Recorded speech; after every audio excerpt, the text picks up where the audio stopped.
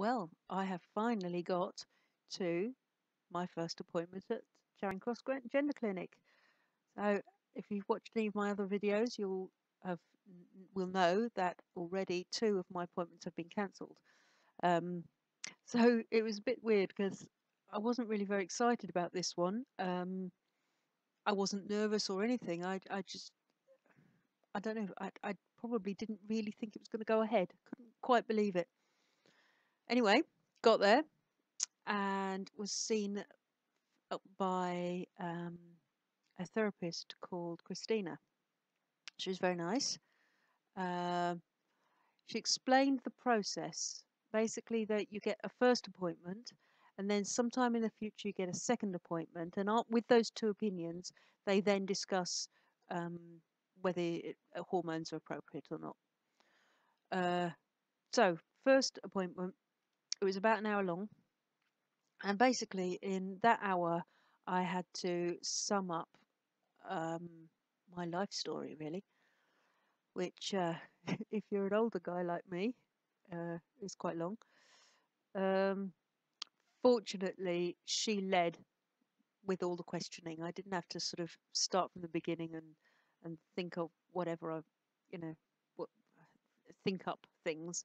She gave me a list of questions, and it was questions like uh, what position I am in the family, my family tree, immediate family tree, how I came to be understanding myself as trans, uh, my childhood, which was quite traumatic. Um, I didn't have the best of childhoods.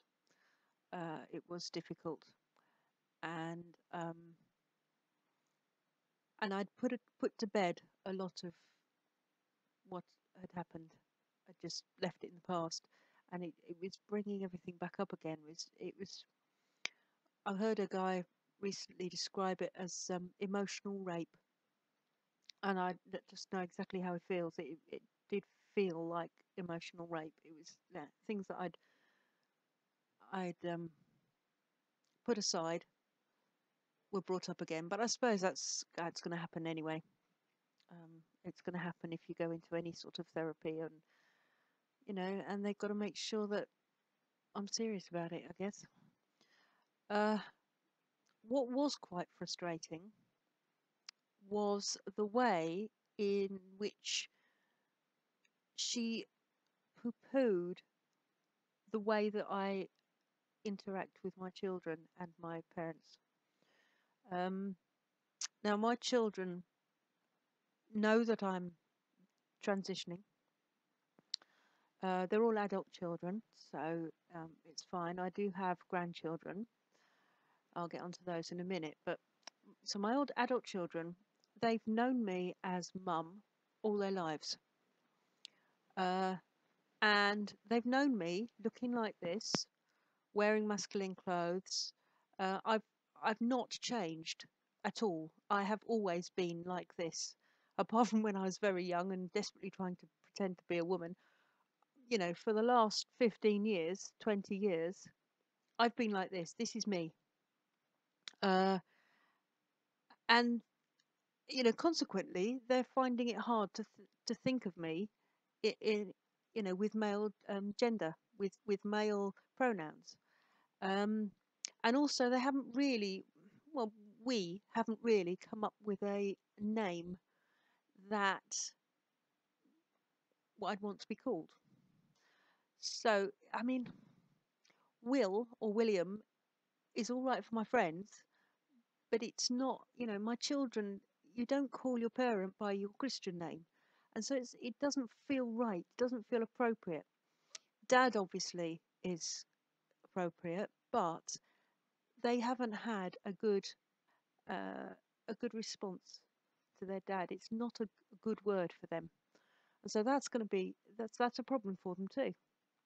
They don't want to call me dad, uh, and I was trying to explain this to the therapist, and she just said, well, so I said, well, at the moment nothing's changed for them. I'm not physically different, so basically, I It doesn't worry me so much that they call me mum. It might do when I have a deep gruff voice and, a beard, and, that might be a bit more of a problem. But at the moment, I don't feel like I can impose my requests on them until I'm, further down the line in hormones.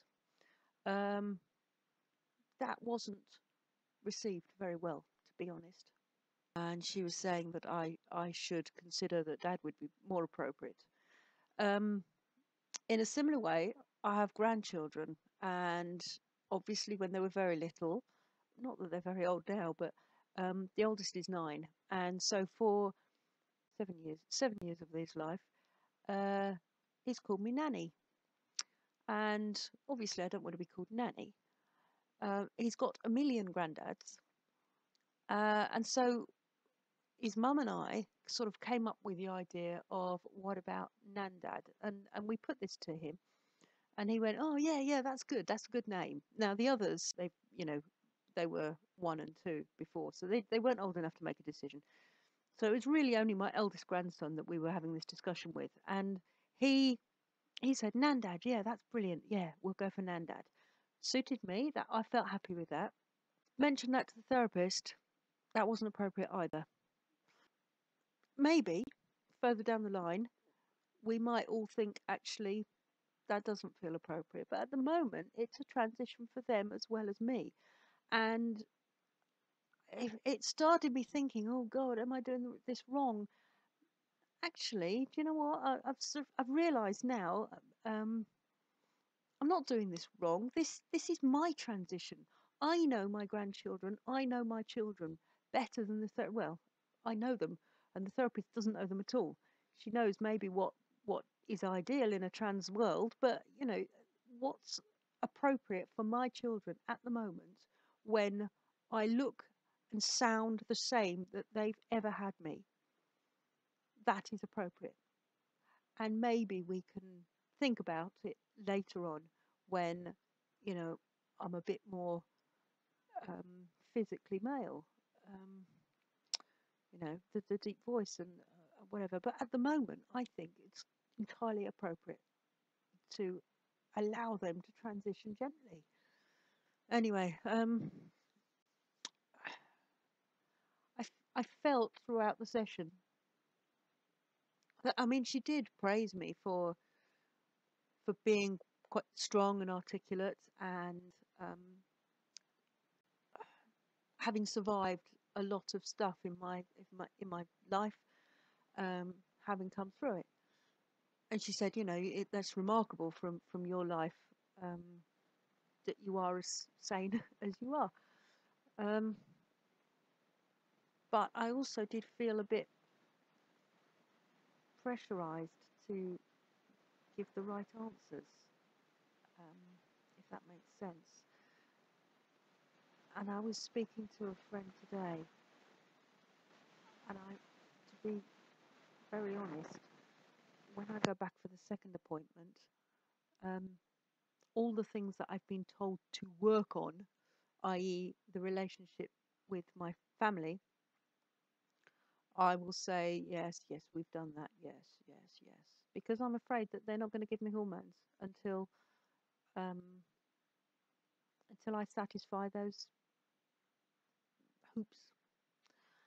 Um, and to satisfy those hoops, I need hormones. You need to be more perceptively masculine for people who've known you a very long time to be able to be convinced, and for it to be easier for them. At work it's easy. I just rocked up. They never knew me beforehand. um they just see me as a man, but my kids and my grandkids don't. The other issue was with my mum. um Now I told them that I had told my mum, which I have in a roundabout way. I haven't overtly said, "Oh, by the way, I'm living as a man." But I think, and again, I know my mum better than the therapist does. And I think for my mum, who had a really hard time when I came out as gay, a really hard time. Um, and when my wife and I got married, um, not married still, but anyway, my stepfather refused to come.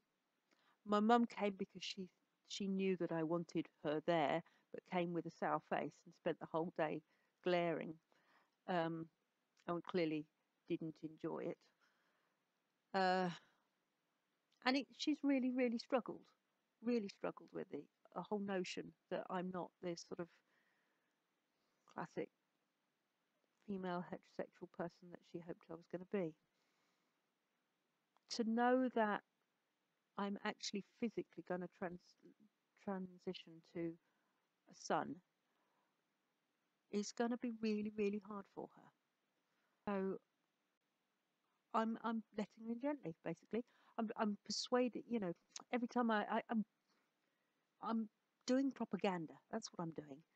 Every time I see her, I remind her what I was like as a child, and I remind her how I think like a man and I don't, identify as a woman. And basically, just, every time I see her, I say something, but not overtly, by the way, I'm now William. That will come. And when I am about to start hormones, that is when I'll tell her, because then she will only have a very short time before she will actually see physical differences. And for her, I think that's going to be needed. That's going to be required. So yeah, first appointment went okay, but it was really exhausting. And I got home at 5 o'clock and just collapsed on the sofa and had a nap for a couple of hours. It just was really draining. My next appointment, unfortunately, is not until the beginning of May. Can you believe that? So that's like 5 months away. And I see Dr. Andrew Davis. Oh, I also had my blood taken yesterday. Um, 7 vials of the blood. How much blood they needed, I don't know. Anyway, so my blood results will be there hopefully when I have this appointment in May. Dr. Andrew Davis will give a final opinion, and it is he then that will issue a letter as to whether I'm suitable for hormones or not. I don't know the time frame after that, but I would suspect it will be fairly soon after that, because then that goes back to my doctor, and then anyway, I must end it. This video's got really long and rambly. I'll let you know probably in May when I update you again. Bye.